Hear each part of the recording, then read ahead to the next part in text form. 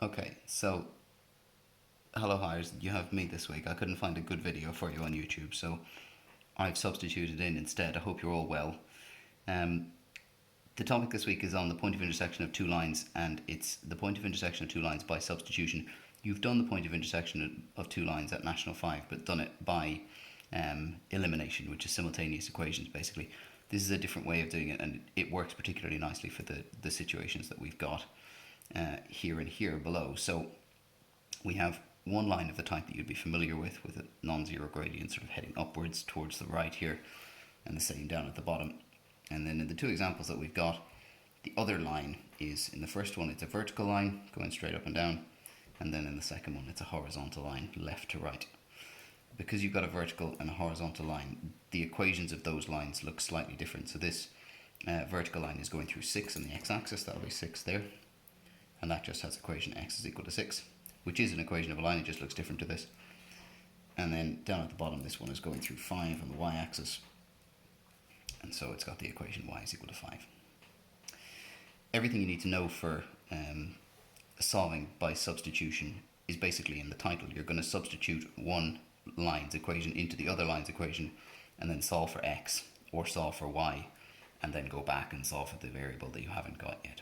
So with this one, it's going to be much easier to take the equation of this line and substitute it into that line in order to solve. So we'll take the y is equal to 2x plus 3,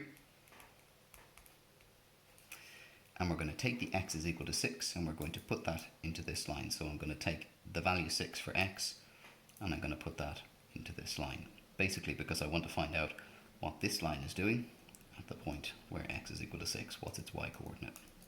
So replace x with 6, multiply it out, try not to make any mistakes. 12 plus 3 and 15. So we have the point here, which we already know the x coordinate of, has to be 6, and we now know the y coordinate of as well, that's 15. So the point of intersection here is 6, 15. In our second example, essentially the same method, but you have a slightly different piece of information because your line is different. So this horizontal line, you have y is equal to 5 instead of x is equal to something, and all that means is that we're going to substitute in for y instead of substituting in for x. So we'll take, again, our more complex equation, y is equal to x plus 3. We'll take our simpler one and put it in. So the 5 replaces the y. X plus 3, you've got a nice simple equation to solve. Bring your 3 over.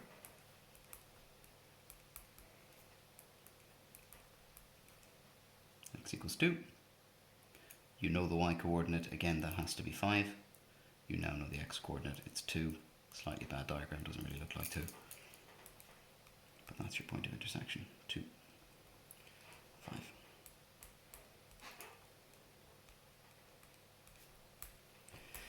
That should cover you for the easier questions in this exercise. There are some slightly harder examples in the exercise as well, where you don't have a vertical or a horizontal line. What you do have in those examples, though, is you might have one more complex looking equation, something like what we had up here, y is equal to 2x plus 3, and in your second one, you will have y is equal to, and instead of y is equal to 2x plus 3, you might get y is equal to x plus 1, something like that. And all that we'll do is we'll take the y, we'll replace it with x plus 1, and we'll solve for x, and then we can go back and solve for y. Bit of a challenge for you in those later questions. Have fun, enjoy, good luck, talk to you soon.